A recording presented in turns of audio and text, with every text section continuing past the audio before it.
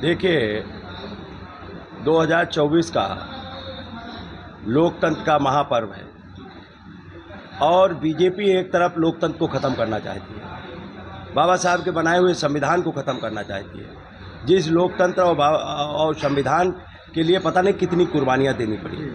और इस लोकतंत्र को आज़ाद कराने के लिए, देश को आज़ाद कराने के लिए पता नहीं कितने लोगों ने क्या क्या कुर्बानियाँ दी।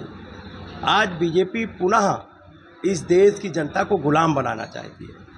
यहाँ की सभी स्वतंत्र संस्थाओं को अपने कब्जे में लेना चाहती है और चारों स्तंभों को ख़त्म करके यहाँ पे पुनः राजतंत्र जैसी व्यवस्था लाना चाहती है। उसके खिलाफ 2024 में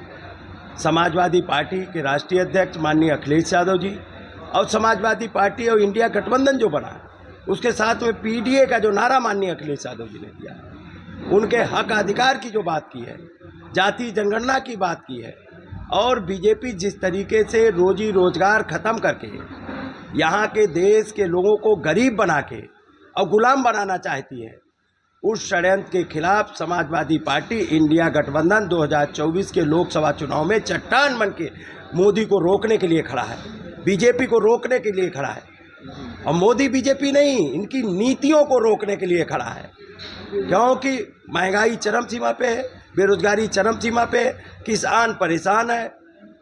आय दुगनी हुई नहीं, एक भी परीक्षा करा नहीं पाए, सारे पेपर लीक हुए और 10 बरस की केंद्र की सरकार, 7 बरस की उत्तर प्रदेश की सरकार, 17 बरस की डबल इंजन सरकार फेल हो गई है।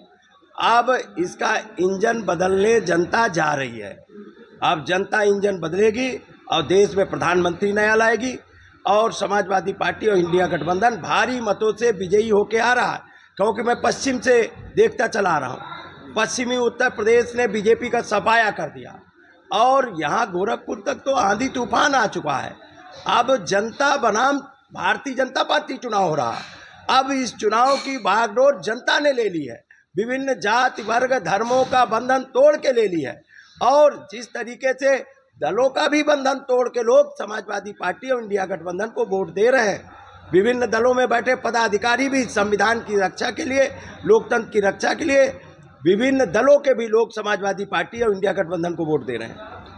मंच से ब्राह्मणों के द्वारा ब्राह्मणों के ऊपर आपत्तिजनक पोस्ट किया जा रहा है, आपत्तिजनक भाषा का उपयोग किया, इसको क्या कहना? बीजेपी का ये चाल चलन चरित्र है, जात सूचक से अपमानित करना, जातियों में बांटना, धर्मों में बांटना, आपस में भाईचारा खराब करना, ये तो बीजेपी का चरित्र रहा है। बीजेपी जिस तरीके से जो सत्ता के नशे में, घमंड में चूर हैं, इनका जो नशा चकनाचूर करने का काम जनता करेगी। जनता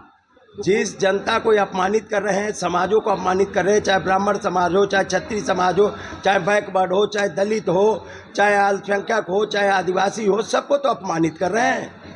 सबको अपमानित कर रहे हैं। व्यापारी को अपमानित कर रहे हैं, किसान को अपमानित कर रहे हैं, नौजवान को अपमानित कर रहे हैं, महिलाओं को अपमानित कर रहे हैं। कोई ऐसा बचा नहीं जिसको बीजेपी ने ठगा लिया।